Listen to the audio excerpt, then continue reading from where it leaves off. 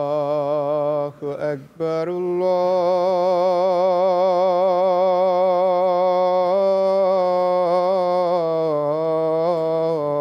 الله أكبر الله أكبر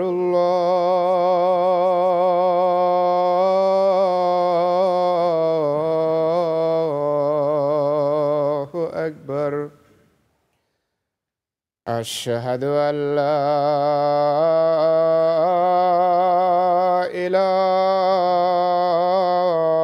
إله إلا الله أشهد أن لا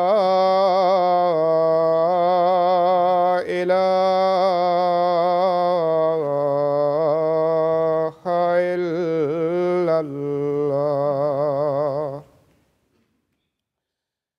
أشهد أن محمدًا رسول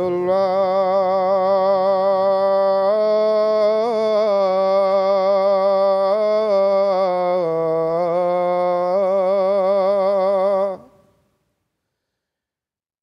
أشهد أن محمدًا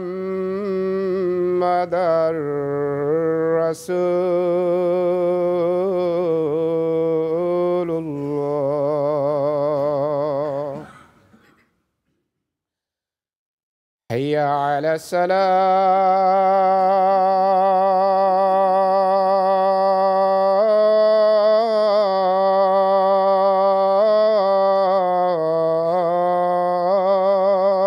الصلاة حي على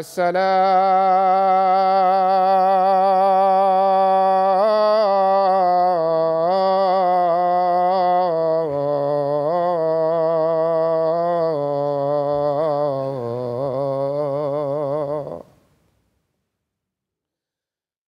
حي على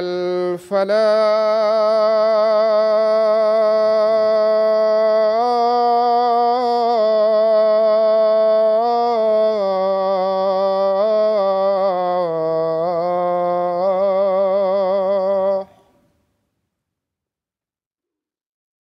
حي على الفلاح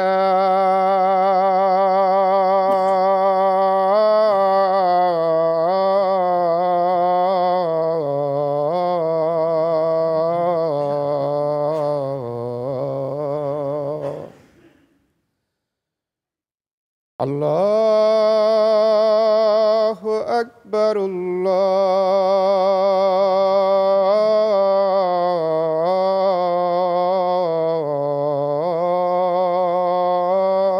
الله أكبر لا إله إلا الله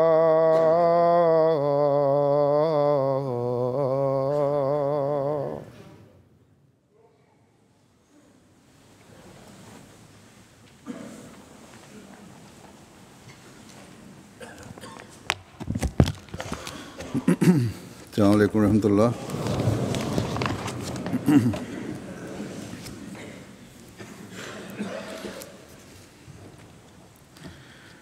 أشهد أن لا إله إلا الله وحده لا شريك له وأشهد أن محمدًا عبده ورسوله أما بعد فأعوذ بالله من الشيطان الرجيم بسم الله الرحمن الرحيم الحمد لله رب العالمين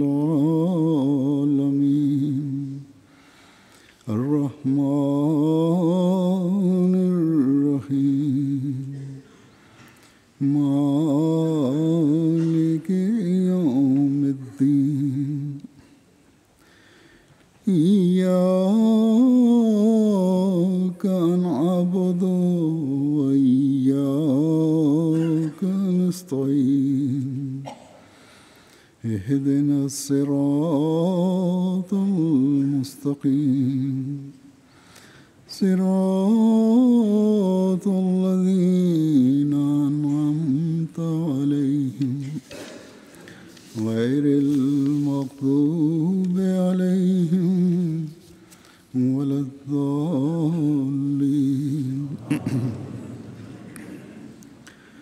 قل تعالوا أتل ما حرم ربكم عليكم ألا تشركوا به شيئا وبالوالدين إحسانا ألا تشركوا به شيئا وبالوالدين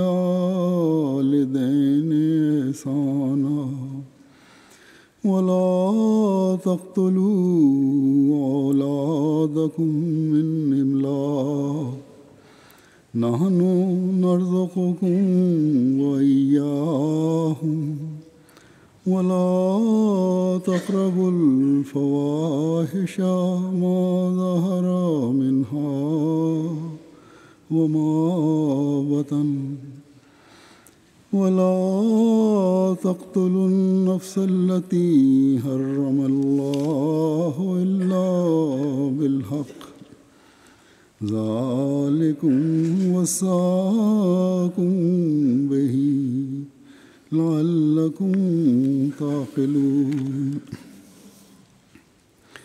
ولا تقربوا مال اليتيم إلا بالتي هي أحسن حتى يبلغ أشده وأوفوا الكيل والميزان بالقسط لا نكلف نفسا إلا وسعها وإذا قلتم فعدلوا ولو كان ذا قربى وبعهد الله أوفوا ذلكم وصاكم به لعلكم تذكرون وأن هذا صراطي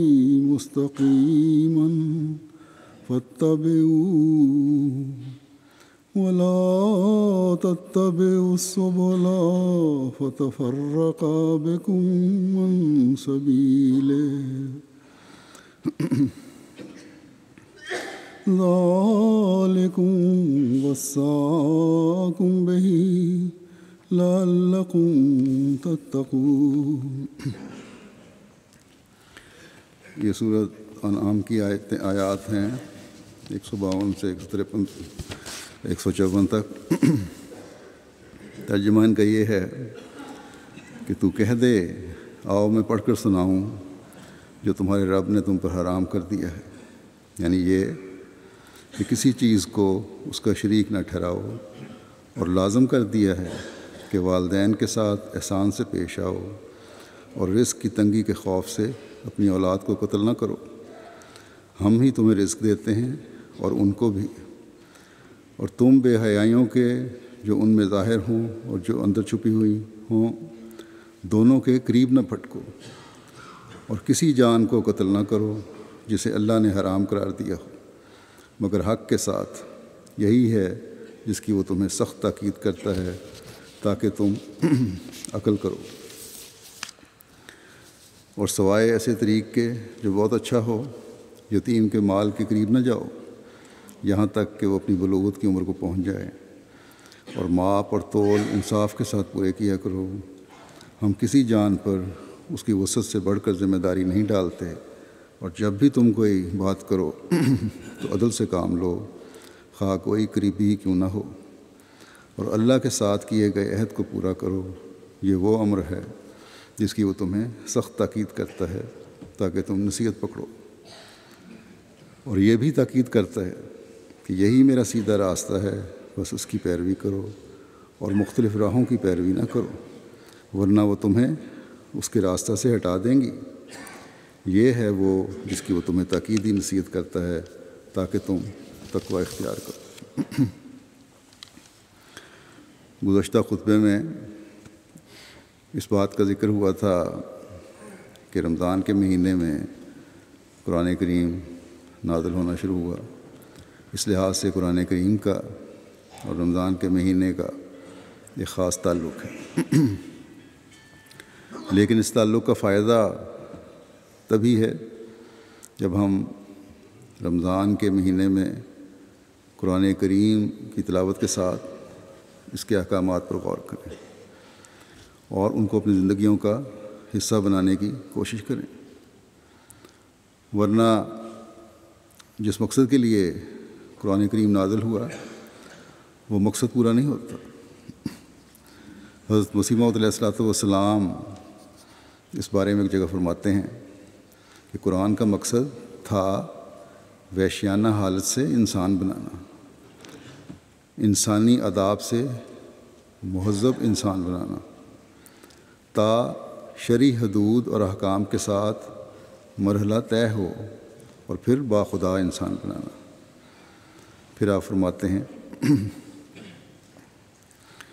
کہ یہ بھی یاد رکھنا چاہیے کہ قرآن کریم میں علمی اور عملی تکمیل کی ہدایت ہے، چنانچہ اہدنا الصراط میں تکمیل علمی کی طرف اشارہ ہے، اور تکمیل عملی کا بیان صراط الذین انعمت علیہم میں فرمایا کہ جو نتائج اکمل اور اتم ہیں وہ حاصل ہو جائیں۔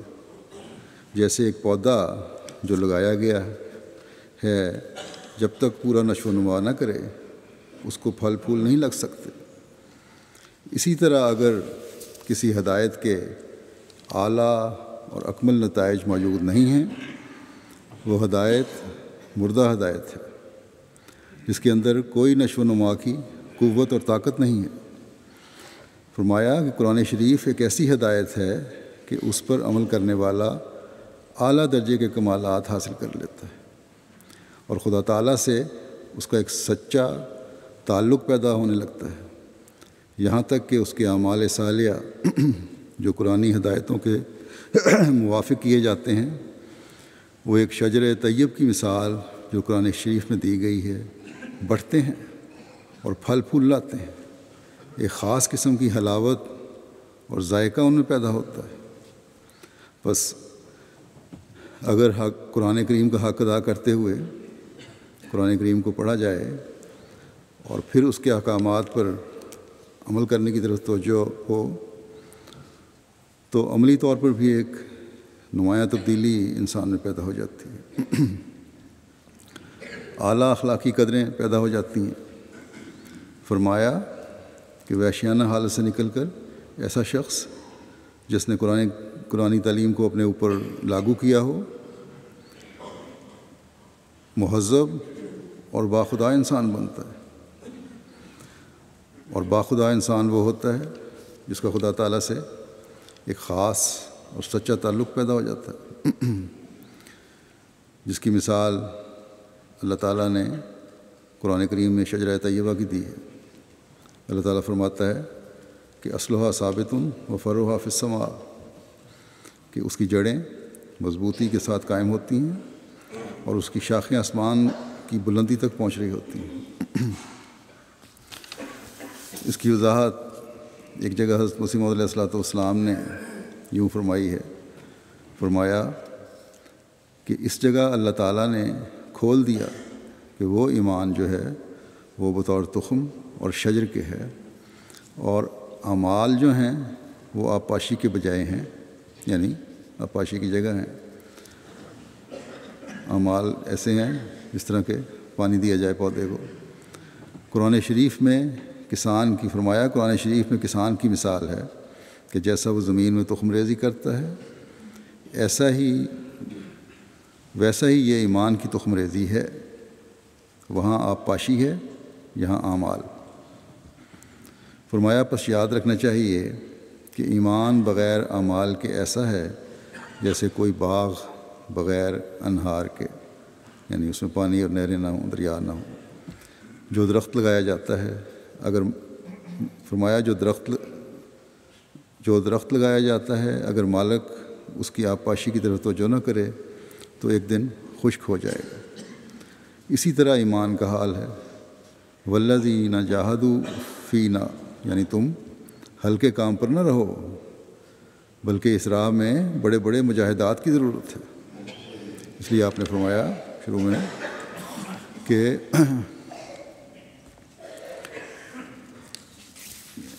تمہارا قرآن شریف جو ہے اس پر جو تمہیں بنانا چاہتا ہے وہ اس وقت بن سکتے ہو جب شرعی حدود جو لگائی ہیں، قرآن کریم جو احکامات دیے ہیں ان کو مرحلہ وار اپنے اوپر لاگو کرو۔ اور اس کے لیے حضرت نے فرمایا کہ آرام سے نہیں ہو جاتا، اس کے لیے مجاہدات کی ضرورت ہے۔ بس جیسا کہ میں پہلے بھی ذکر کر آیا ہوں، رمضان شریف کا مہینہ یا قرآن کریم کا اس مہینے میں نزول کا اس صورت میں فائدہ ہمیں ہو سکتا ہے یا ہمیں فائدہ دے گا جب ہم اس کے احکامات کو اپنے اعمال کا حصہ بنائیں گے، اس کے مطابق اپنی زندگیوں کو ڈھالیں گے، اس راستے میں مجاہدہ کریں گے، اپنے آپ کو تکلیف میں بھی ڈال کر ان پر عمل کرنے کی کوشش کریں گے۔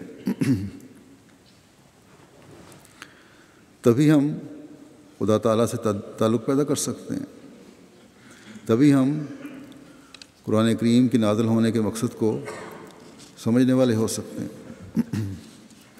بس یہ رمضان جہاں ہمیں مجاہدات کی طرف توجہ دلاتا ہے، بہت سارے مجاہدات ہیں جو ظاہری طور پر ہم کرتے ہیں، کھانے پینے سے روکنا ہے اور بعض جائز کاموں سے روکنا ہے، وہاں اس بات کی بھی کوشش کرنی چاہیے کہ ان دنوں میں جب ہم قرآن کریم کو سمجھنے کی طرف ایک خاص توجہ دے رہے ہیں تو پھر ان احکامات کو اپنی عملی زندگی کا حصہ بنائیں تاکہ وہ سرسبز شاخیں بن جائیں جن کا آسمان سے تعلق ہوتا ہے، جن کا خدا تعالیٰ سے تعلق ہوتا ہے، جن کی دعائیں خدا تعالیٰ سنتا ہے۔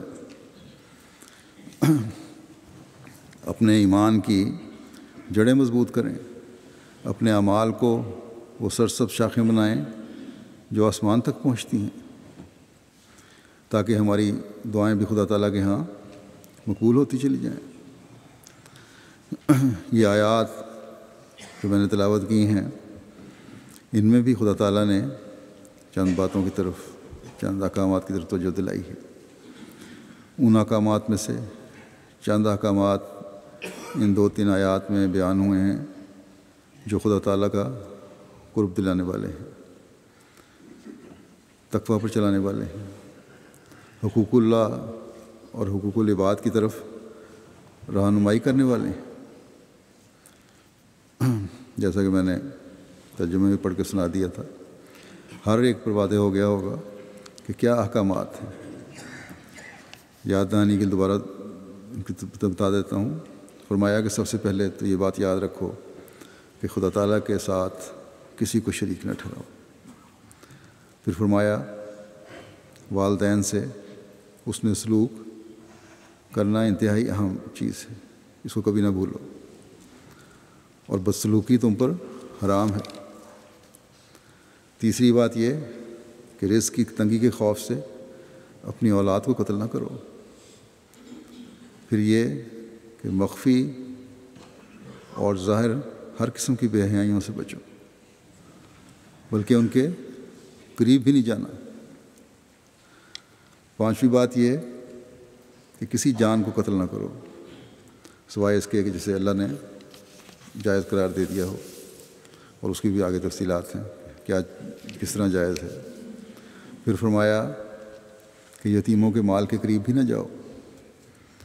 ساتویں بات یہ کہ بلوغت کو پہنچ جائیں جب یہ لوگ تو پھر ان کے مال انہیں لٹا دو، پھر کوئی بہانے نہ ہوں۔ آٹھویں بات یہ کہ ماپ تول میں انصاف کرو۔ پھر یہ کہ ہر حالت میں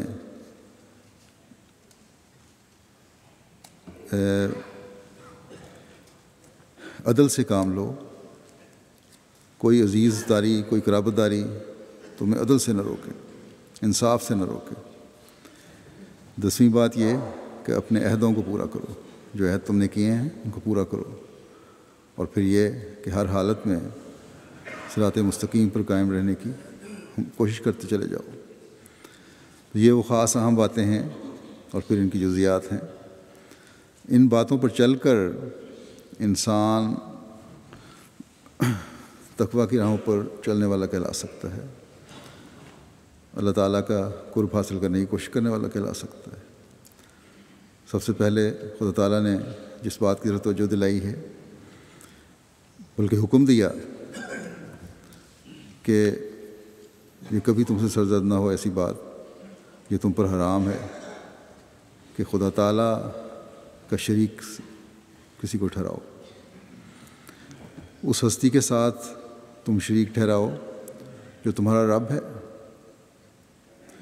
جو تمہارا پیدا کرنے والا ہے، جو تمہاری دماغی، جسمانی، مادی، روحانی صلاحیتوں کی پرورش کرنے والا ہے، جو تمام نعمتوں کو مہیا کرنے والا ہے۔ بس کون عقل مند ہے جو ایسے طاقتوں کے مالک خدا اور ایسی نعمتیں مہیا کرنے والے خدا کا کسی کو شریک بنائے؟ لیکن لوگ سمجھتے نہیں اور شریک بناتے ہیں،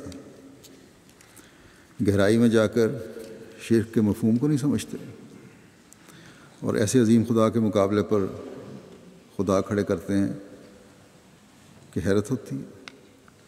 ہر زمانے میں، ہر حالت میں لوگوں میں یہ حالت پیدا ہوتی رہی ہے۔ اسی لیے انبیاء سب سے پہلے جب آتے ہی شرک کی تعلیم کے خلاف بات کرتے ہیں، خدا تعالیٰ سے تعلق پیدا کرنے کی طرف توجہ دلاتے ہیں۔ شرک ایسا گناہ ہے کہ اللہ تعالیٰ نے فرمایا کہ اس کو میں نہیں بخشوں گا۔ اس بارے میں حضرت مسیح موعود علیہ السلام توجہ دلاتے ایک جگہ فرماتے ہیں کہ ہر ایک گناہ بخشنے کے قابل ہے، مگر اللہ تعالیٰ کے سوا اور کوئی معبود کارساز جاننا ایک ناقابل عفو گناہ ہے، یعنی یہ معاف نہیں ہوگا۔ ان الشرک لظلم عظیم لا یغفر ان یشرک بہ۔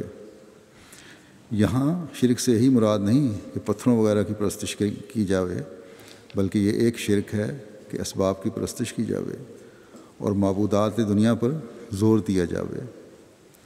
دنیا میں جو بہت ساری جن سے فائدہ انسان اٹھاتا ہے ان کی طرف توجہ ہو جائے، اسی کا نام ہی شرک ہے۔ اور معاصی کی مثال یعنی گناہ جو ہیں عام گناہ، ان کی مثال تو حقے کی سی ہے کہ اس کو چھوڑ دینے سے کوئی تکلیف نہیں ہوتی اور مشکل بات نظر نہیں آتی، مگر شرک کی مثال افیم کی سی ہے کہ وہ عادت ہو جاتی ہے جس کو چھوڑنا محال ہو جاتا ہے۔ پھر ہمیں توجہ دلاتے ایک جگہ حضرت مسیح علیہ السلام فرماتے ہیں، مزید گہرائی میں جا کے بتایا آپ نے کہ شرک 3 قسم کا ہے۔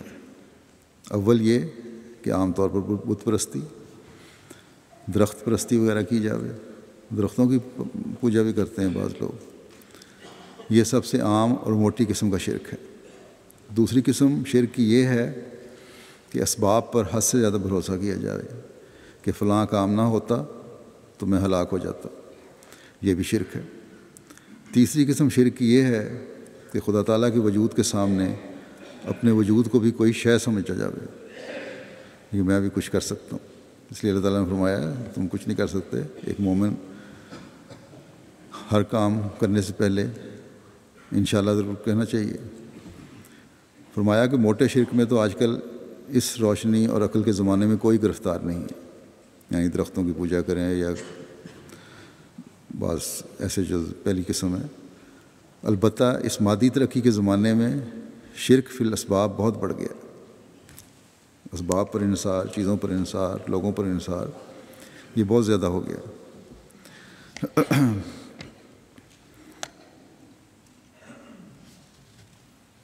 اس اسباب میں جیسا کہ میں نے کہا لوگوں پر بھی انحصار ہے، دولت پر اور سامان پر انحصار ہے،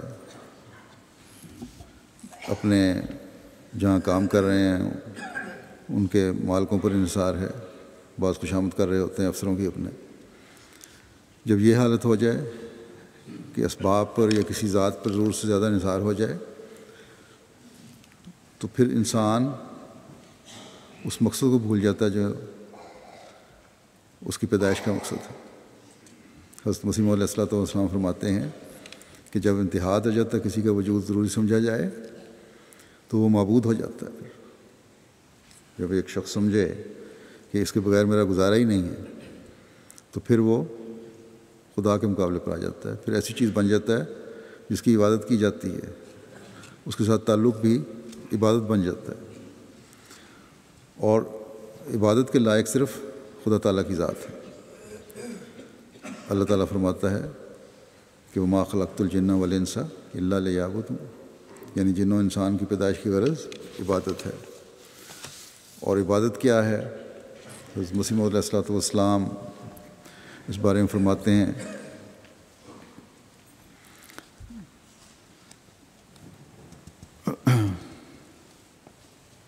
یعنی اے لوگو تم اس خدا کی پرستش کرو جس نے تمہیں پیدا کیا ہے، یعنی اس کو اپنے کاموں کا کارساز سمجھو.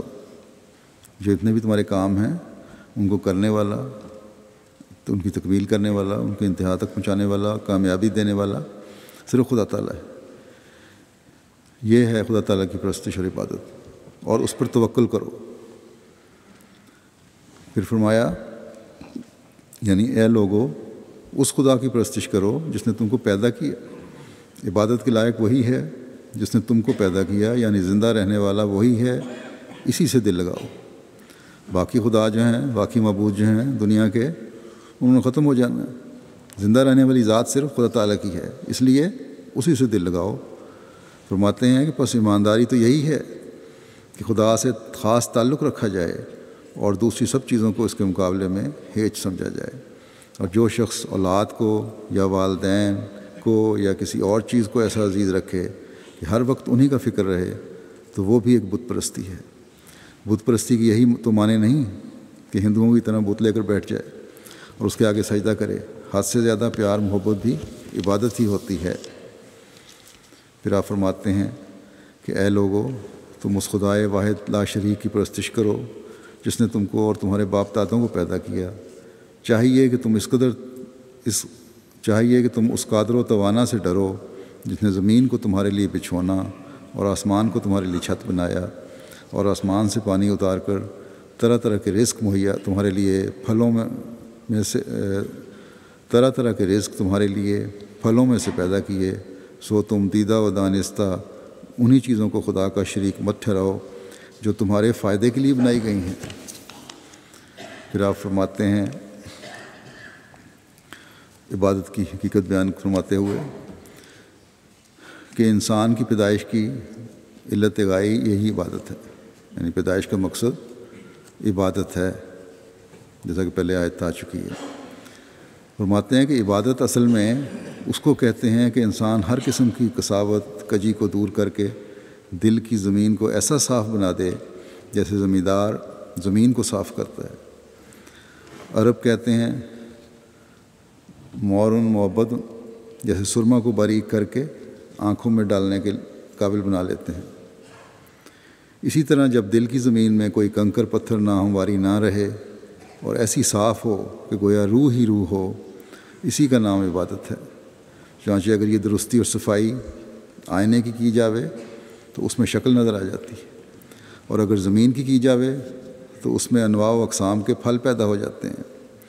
بس انسان جو عبادت کے لیے پیدا کیا گیا ہے، اگر دل صاف کرے اور اس میں کسی قسم کی کجی اور ناہمواری، کنکر پتھر نہ رہنے دے، تو اس میں خدا نظر آئے گا۔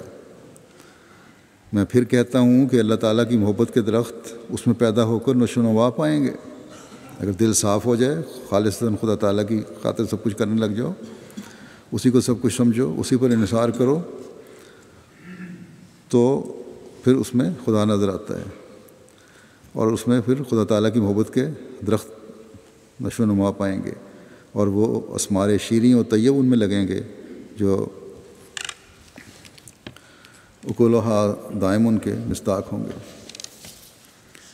پھر دوسری جگہ آپ نے اس کی یوں وضاحت فرمائی کہ حضرت عزت کے سامنے دائمی حضور کے ساتھ کھڑا ہونا بجوز محبت ذاتیہ کے ممکن نہیں، کہ اللہ تعالیٰ کے سامنے ایک خاص حالت میں عاجزی اور انکساری سے کھڑا اسی وقت انسان ہو سکتا ہے جب اللہ تعالیٰ سے ایک خاص ذاتی تعلق اور محبت ہو، اس کے بغیر یہ ممکن نہیں ہے۔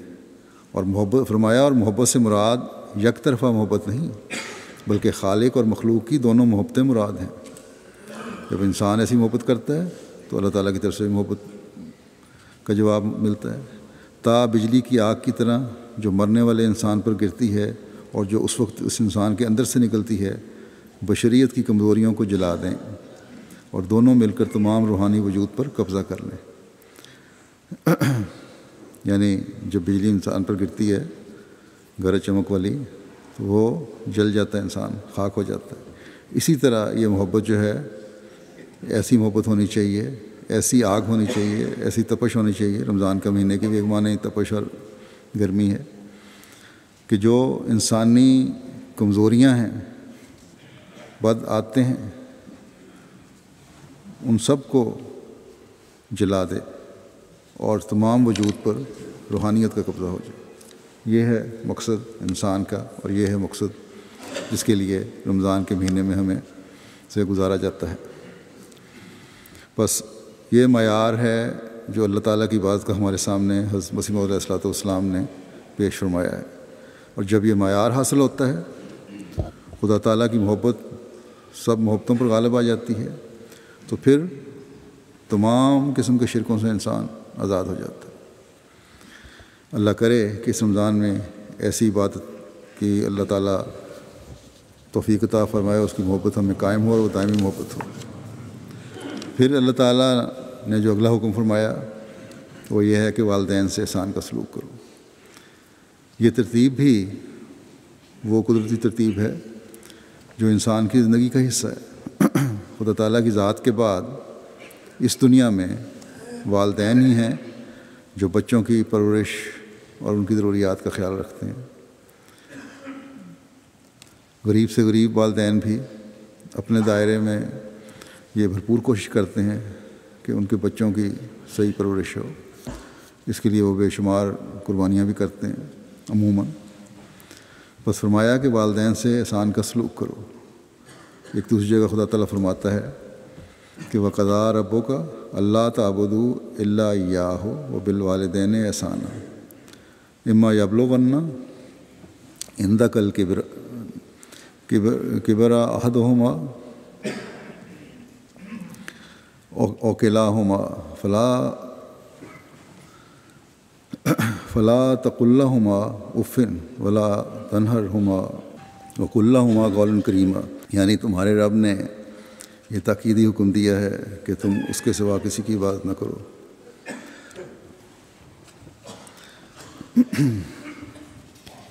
وَقُل لَّهُمَا قَوْلًا كَرِيمًا، یعنی تمہارے رب نے یہ تاکیدی حکم دیا ہے کہ تم اس کے سوا کسی کی عبادت نہ کرو، اور نیز یہ کہ اپنے ماں باپ سے اچھا سلوک کرو۔ اگر ان میں سے کسی ایک پر یا ان دونوں پر تیری زندگی میں بڑھاپا آ جائے تو انہیں ان کی کسی بات پر ناپسندی کا اظہار کرتے ہوئے اف تک نہ کہو، اور نہ انہیں جھڑکو، اور ان سے ہمیشہ نرمی سے بات کرو۔ بعض دفعہ شکایات آ جاتی ہیں جاہل بچوں کے ماں باپ کی طرف سے نہیں، بلکہ پڑھے لکھے اور سلجھے ہوئے بچوں کے ماں باپ کی طرف سے، کہ بچے ناخلف ہیں، نہ صرف یہ کہ حق ادا نہیں کرتے بلکہ ظلم کرتے ہیں۔ بعض بہنیں اپنے بھائیوں کے متعلق لکھتی ہیں کہ ماں باپ پر ہاتھ اٹھا لینے سے بھی نہیں چکتے، خاص طور پر ماں باپ سے بدتمیزی ہوتی ہے جب ایسے معاملات آئیں جہاں جائیداد کا معاملہ ہو۔ والدین کی زندگی میں بچوں کو جب جائیداد کی طرف توجہ پیدا ہو جائے ماں باپ کی، اس وقت کی بدتمیزیاں بھی شروع ہوتی ہیں، اور جب والدین اپنے بچوں کو جائیداد دے دیتے ہیں تو پھر ان سے اور سختیاں شروع ہو جاتی ہیں، اور وہی والدین جو جائیداد کے مالک ہوتے ہیں، بعض ایسے بچے بھی ہیں ان کو دینے، اور یہ مثالیں ایسی موجود ہیں ہمارے اندر بھی، کہ جب پھر والدین دربدر ہو جاتے ہیں۔ یہاں بھی، اس ملک میں بھی، آزادی کے نام پر وہ بچے جو نوجوانی میں قدم رکھ رہے ہیں وہ بدتمیزی میں بڑھتے چلے جاتے ہیں۔ یہ تعلیم جو ماں باپ کا احترام نہیں سکھاتی، کیونکہ یہاں عموماً یہ کہا جاتا ہے کہ بچے آزاد ہیں ایک عمر کو پہنچ کے، یا یہ آزادی جو یہاں بچوں کو ہے جو حفظ مراتب کا خیال نہیں رکھتی، یا ماں باپ کی عزت قائم نہیں کرتی، یہ تعلیم اور ترقی نہیں ہے بلکہ یہ جہالت ہے۔ اسلام کی تعلیم یہ ہے جو خوبصورت تعلیم ہے کہ ماں باپ سے احسان کا سلوک کرو، ان کی عزت کرو، ان کو اف تک نہ کرو۔ یہ احترام قائم کرتی ہے ماں باپ کا۔ ماں باپ کے احسانوں کا بدلہ احسان سے اتارنے کی تعلیم دیتی ہے، اور احسان کا مطلب یہ ہے کہ ایسا عمل کرو جو بہترین ہو، ورنہ ماں باپ کا احسان کا بدلہ تو حضرت صلی اللہ علیہ وسلم نے فرمایا کہ تم اتار ہی نہیں سکتے۔ اس احسان کے بدلے کے لیے بچوں کو اللہ تعالیٰ نے کیا خوبصورت تعلیم دی ہے۔ اللہ تعالیٰ فرماتا ہے کہ والدین کے لیے یہ بھی دعا کرو، رب ارحمہما کما ربیانی صغیرا، کہ اے میرے رب ان پر رحم فرما جس طرح میرے بچپن میں مجھ پر رحم کرتے رہے یہ لوگ، اور انہوں نے میری رحم کرتے ہوئے پرورش کی تھی میری۔ بس یہ اعلیٰ اخلاق ہیں جو اسلام ایک مسلمان کو اپنے والدین سے حسن سلوک کے بارے میں سکھاتا ہے۔ یہ وہ اعلیٰ معیار ہیں جو ایک مسلمان کا اپنے والدین کے لیے معیار ہے، جو ایک مسلمان کا اپنے والدین کے لیے ہونا چاہیے۔ یہ دعا صرف زندگی کی دعا نہیں ہے بلکہ والدین کی وفات کے بعد بھی ان کے درجات کی بلندی کے لیے دعا ہو سکتی ہے۔ یعنی ایک تو زندگی میں دعا ہے کہ جو ہماری طرف سے کمی رہ گئی ہے اس کمی کو اس دعا کے ذریعے سے اللہ تعالیٰ پورا فرمائے اور اپنے خاص رحم میں رکھے۔ دوسرے، اس رحم کا سلسلہ اگلے جہان تک بھی جاری رہے اور اللہ تعالیٰ ان کے درجات بلند فرماتا رہے۔ حضرت مسیح موعود علیہ الصلوۃ والسلام فرماتے ہیں، خدا نے یہ چاہا ہے کہ کسی دوسرے کی بندگی نہ کرو اور والدین سے احسان کرو۔ پہلے یہی فرمایا نا اللہ تعالیٰ نے کہ صرف اللہ کی عبادت کرو، اور پھر اگلا حکم کہ والدین سے احسان کرو۔ فرمایا کہ حقیقت میں ایک ایسی ربوبیت ہے کہ انسان بچہ ہوتا ہے اور کسی قسم کی طاقت نہیں رکھتا۔ اس حالت میں ماں کیا کیا خدمات کرتی ہے، اور والد اس حالت میں ماں کی مہمات کا کیسا متکفل ہوتا ہے۔ خدا تعالیٰ نے محض اپنے فضل سے ناتواں مخلوق کی خبرگیری کے لیے 2 ماحول پیدا کر دی ہیں، اور اپنی محبت کے انوار سے ایک پرتاؤ محبت کا ان میں ڈال دیا ہے۔ مگر یاد رکھنا چاہیے کہ ماں باپ کی محبت عارضی ہے اور خدا تعالیٰ کی محبت حقیقی ہے۔ یہاں فرق بہرحال پیدا ہے، اور جب تک قلوب میں اللہ تعالیٰ کی طرف سے اس کا القاء نہ ہو، کوئی فرد بشر، خواہ دوست ہو یا کوئی برابر درجے کا ہو یا کوئی حاکم ہو، کسی سے محبت نہیں کر سکتا اور یہ خدا کی کمال ربوبیت کا راز ہے کہ ماں باپ بچوں سے ایسی محبت کرتے ہیں کہ ان کے تکفل میں ہر قسم کے دکھ شرح صدر سے اٹھاتے ہیں، یہاں تک کہ ان کی زندگی کے لیے مرنے سے بھی دریغ نہیں کرتے، یعنی ان کی پرورش کے لیے ہر قسم کی تکلیف برداشت کرتے ہیں۔ پھر آپ نے فرمایا فلا تقل لہما اف ولا تنہرہما وقل لہما قولا کریما، یعنی اپنے والدین کو بیزاری کا کلمہ مت کہو اور ایسی باتیں ان سے نہ کر جن میں ان کی بزرگی کا لحاظ نہ ہو۔ اس آیت کے مخاطب تو آن حضرت صلی اللہ علیہ وسلم ہیں، لیکن دراصل مرجع کلام امت کی طرف ہے، یعنی گو آن وسلم مخاطب کیا گیا ہے لیکن اصل میں امت مخاطب ہے، کیونکہ آن حضرت صلی اللہ علیہ وسلم کے والد اور والدہ آپ کی خرد سالی میں فوت ہو چکے تھے۔ اور اس حکم میں ایک راز بھی ہے، اور وہ یہ ہے کہ اس آیت سے ایک عقل مند سمجھ سکتا ہے کہ جب کہ آن حضرت صلی اللہ علیہ وسلم کو مخاطب کر کے فرمایا گیا ہے کہ تو اپنے والدین کی عزت کر اور ہر ایک بول چال میں ان کے بزرگانہ مرتبے کا لحاظ رکھ، تو پھر دوسروں کو اپنے والدین کی کس قدر تعظیم کرنی چاہیے۔ اور اسی کی طرف یہ دوسری آیت اشارہ کرتی ہے وَقَضَىٰ رَبُّكَ أَلَّا تَعْبُدُوا إِلَّا إِيَّاهُ وَبِالْوَالِدَيْنِ إِحْسَانًا، یعنی تیرے رب نے چاہا ہے کہ تو فقط اسی کی بندگی کر اور والدین سے احسان کر۔ اس آیت میں بت پرستوں کو جو بت کی پوجا کرتے ہیں سمجھایا گیا ہے کہ بت کچھ چیز نہیں ہے اور بتوں کا تم پر کچھ احسان نہیں ہے، انہوں نے تمہیں پیدا نہیں کیا اور تمہاری خرد سالی میں وہ تمہارے متکفل نہیں تھے، اور خدا جائز رکھتا کہ اس کے ساتھ کسی اور کی بھی پرستش کی جائے تو یہ حکم دیتا کہ تم والدین کی بھی پرستش کرو، کیونکہ وہ بھی مجازی رب ہیں، اور ہر ایک شخص طبعاً یہاں تک کہ درند چرند بھی اپنی اولاد کو ان کی خرد سالی میں یعنی چھوٹے ہوتے ضائع ہونے سے بچاتے ہیں۔ پس خدا کی ربوبیت کے بعد ان کی بھی ایک ربوبیت ہے، اور وہ جوش ربوبیت کا بھی خدا تعالیٰ کی طرف سے ہے، یعنی کہ وہ جو پالنے کا جوش ہے، بچوں کی طرف نگہداشت کا جوش ہے، بچوں سے محبت اور پیار ہے، وہ بھی اللہ تعالیٰ کی طرف دیا گیا ہے۔ بس یہ وہ مقام ہے جو والدین کا ہے، جسے ہمیشہ ہمیں اپنے سامنے رکھنا چاہیے۔ ایک حدیث میں آتا ہے کہ حضرت صلی اللہ علیہ وسلم نے فرمایا کہ مٹی میں ملے اس کی ناک، مٹی میں ملے اس کی ناک، یہ الفاظ حضرت صلی اللہ علیہ وسلم نے 3 دفعہ دہرائے، یعنی ایسا شخص بدقسمت اور قابل مذمت ہے۔ صحابہ نے پوچھا کہ کون سا وہ شخص ہے؟ آپ نے فرمایا وہ شخص جس نے بوڑھے ماں باپ کو پایا اور پھر ان کی خدمت کر کے جنت میں داخل نہ ہو سکا۔ پھر اگلا حکم جو ہے ان آیات میں اس نے فرمایا کہ وَلَا تَقْتُلُوا أَوْلَادَكُمْ مِنْ إِمْلَاقٍ، کہ رزق کی تنگی کی وجہ سے اپنی اولاد کو قتل نہ کرو۔ اس کے بھی کئی معنی ہیں۔ یہاں قرآن کریم کے احکام کی ایک اور خوبصورتی بھی واضح ہوتی ہے کہ پہلے اولاد کو کہا کہ تم نے والدین کی خدمت کرنی، ان سے احسان کا سلوک کرنا ہے، ان کی کسی بات پر بھی اف نہیں کرنا۔ انسان کو اعتراض تو اسی صورت میں ہوتا ہے جب کوئی بات بری لگے، تو فرمایا کہ کوئی بات والدین کی بری بھی لگے تب بھی تم نے جواب نہیں دینا، بلکہ اس کے مقابلے پر بھی تمہاری طرف سے رحم اور اطاعت کا اظہار ہونا چاہیے۔ اب والدین کو حکم ہے کہ اپنی اولاد کی بہترین تربیت کرو، کوئی امر اس تربیت میں مانے نہ ہو، غربت بھی اس میں حائل نہ ہو۔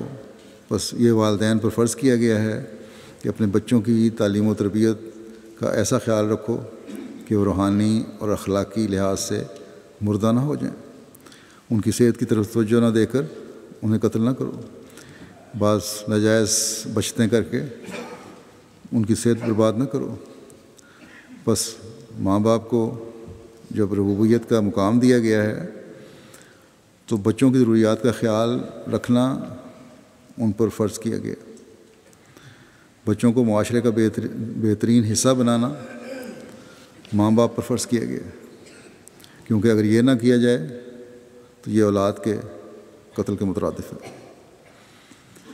کوئی عقل کرنے والا انسان جو ہے، عقل رکھنے والا، ظاہری طور پر تو اپنی اولاد کو قتل نہیں کرتا، سوائے چند سرپروں کے، یا وہ جو خدا تعالیٰ کو بھول گئے ہیں، جن کی صرف اپنی نفسانی خواہشات ہوتی ہیں، جن کی مثالیں یہاں ملتی رہتی ہیں، ذکر جن کا وقتاً فوقتاً اخبارات میں آتا رہتا ہے کہ اپنے دوست کے ساتھ مل کر اپنے بچوں کو قتل کر دیا، یا پھر ایسے واقعات غریب ممالک میں بھی ہوتے ہیں کہ ماں یا باپ نے بچوں سمیت اپنے آپ کو جلا لیا بعض حالات سے تنگ آ کر. تو وہ ایک انتہائی مایوسی کی کیفیت ہے اور جنونی حالت ہے، لیکن عام طور پہ اس طرح نہیں ہے. جیسا کہ میں نے کہا، اس کے آیت کے مختلف معنی ہیں، قتل کے مختلف معنی ہیں.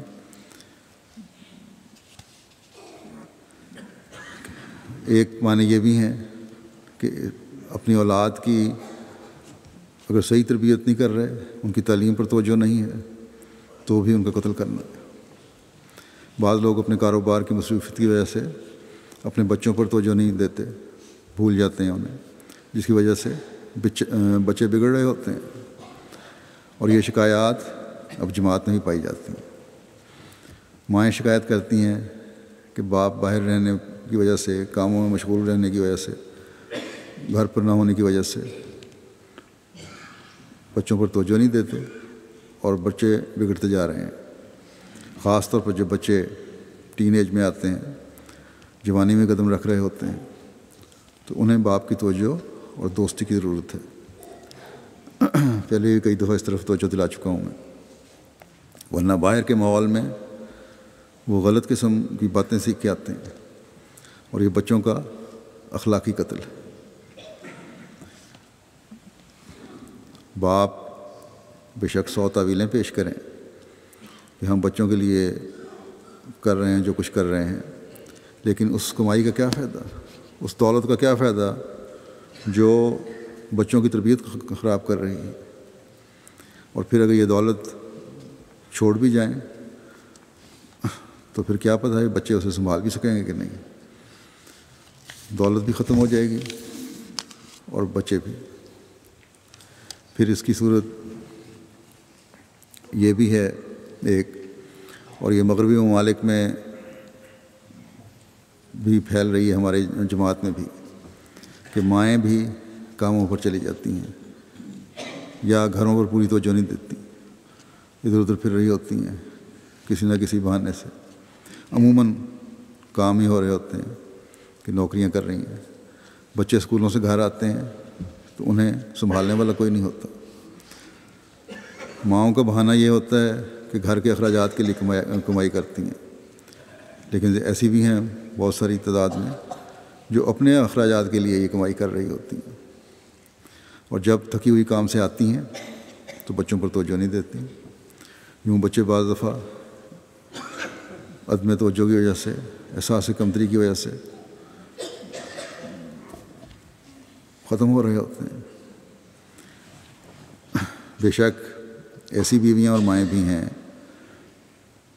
جن کے بارے میں اطلاعات ملتی رہتی ہیں، جن کے خامد نکمے ہیں اور خامدوں کی نکمے پن کی وجہ سے مجبور ہوتی ہیں کہ کام کریں.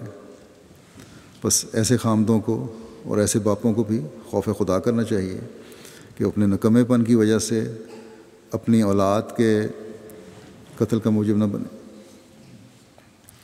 پھر خامد اگر اپنی بیویوں کا مناسب خیال نہیں رکھ رہے تو یہ بھی ایک قتل ہے. حضرت مسلم موعود رضی اللہ عنہ نے اس کی ایک بڑی اچھی مثال دی ہے. فرمایا کہ حمل کے دوران اگر عورت کی خوراک کا خیال نہیں رکھا جا رہا تو اولاد بھی کمزور ہو رہی ہے، تو یہ بھی قتل ہے اولاد کا. پھر اس کا یہ بھی مطلب ہے کہ غربت کے خوف سے فیملی پلاننگ کرنا، یہ بچوں کی پیدائش کو روکنا. بچوں کی پیدائش کو صرف ماں کی صحت کی وجہ سے روکنا جائز ہے. یا بعض دفعہ ڈاکٹر بچے کی حالت کی وجہ سے یہ مشورہ دیتے ہیں اور مجبور کرتے ہیں اور بچہ ضائع کرنے کہتے ہیں کیونکہ ماں کی صحت داؤ پر لگ جاتی ہے، اس لیے وہ جائز ہے. بچے کو ضائع کرانا اس صورت میں، لیکن غربت کی وجہ سے نہیں۔ اللہ تعالیٰ فرماتا ہے کہ نحن نرزقکم و ایاہم، ہم تمہیں بھی رزق دیتے ہیں اور ان کو بھی۔ دوسری جگہ اللہ تعالیٰ نے فرمایا انا قتلہم کان خطأ کبیرا، کہ یہ قتل بہت بڑا جرم ہے۔ بس سچے مسلمان جو ہیں، پکے مسلمان جو ہیں، کبھی ایسی حرکتیں نہیں کرتے جو کبیرہ گناہ کی بات نہیں، بلکہ چھوٹے گناہوں سے بھی بچتے ہیں۔ بس ہمیں اس طرف خاص طور پر توجہ دینی چاہیے ان لوگوں کو کہ اپنے بچوں کی تربیت کی طرف خاص توجہ دیں، ان کو وقت دیں، ان کی پڑھائی کی طرف توجہ دیں، ان کو جماعت کے ساتھ جوڑنے کی طرف توجہ دیں، اپنے گھروں میں ایسے ماحول پیدا کریں کہ بچوں کی نیک تربیت ہو رہی ہو، بچے معاشرے کا ایک حصہ، اچھا حصہ بن کر ملک و قوم کی ترقی میں حصہ لینے والے بن سکیں۔ ان کی بہترین پرورش اور تعلیم کی ذمہ داری بہرحال والدین پر ہے۔ بس والدین کو اپنی ترجیحات کے بجائے بچوں کی تعلیم و تربیت کی طرف خاص توجہ دینے کی ضرورت ہے۔ باپ یہ نہیں کہہ سکتے کہ یہ بچوں کی تربیت کا کام صرف عورتوں کا ہے، اور نہ مائیں صرف یہ باپوں کی ذمہ داری ڈال سکتی ہیں، یہ دونوں کا کام ہے۔ اور بچے ان لوگوں کی صحیح پرورش پاتے ہیں جن کی پرورش میں ماں اور باپ دونوں کا حصہ ہو، دونوں اہم کردار ادا کر رہے ہیں۔ یہاں ان ملکوں میں دیکھ لیں، طلاقوں کی وجہ سے سنگل پیرنٹس بچے کافی تعداد میں ہوتے ہیں اور وہ برباد ہو رہے ہوتے ہیں۔ جن اسکولوں میں پڑھ رہے ہوتے ہیں ان اسکولوں کی انتظامیہ بھی تنگ آئی ہوتی ہے، پولیس بھی تنگ آئی ہوتی ہے ان اسکولوں کے ارد گرد کے ماحول میں۔ جرائم پیشہ لوگ بھی ایسے ہی بچوں میں شامل ہیں، جرائم پیشہ لوگوں میں ایسے اس قسم کے بچے ہی شامل ہوتے ہیں جو شروع سے ہی خراب ہو رہے ہوتے ہیں، ماں باپ کی صحیح توجہ نہیں جن کو مل رہی ہوتی ہے۔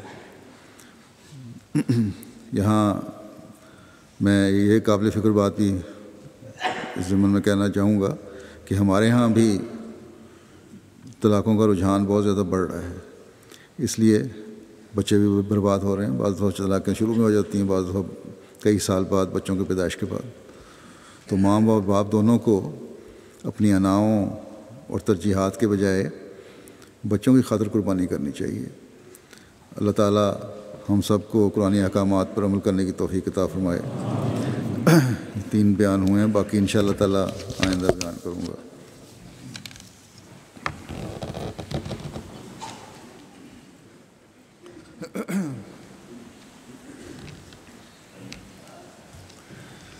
الحمد للہ نحمده ونستعینه ونستغفره ونؤمن به ونتوکل علیہ ونعوذ باللہ من شرور انفسنا ومن سیئات اعمالنا من يهده الله فلا مضل له ومن يضلله فلا هادي له ونشهد أن لا إله إلا الله ونشهد أن محمدا عبده ورسوله عباد الله رحمكم الله إن الله يأمر بالعدل والإحسان وإيتاء ذي القربى وينهى عن الفحشاء والمنكر والبغي يعظكم لعلكم تذكرون اذكروا الله يذكركم وادعوه يستجب لكم ولذكر الله أكبر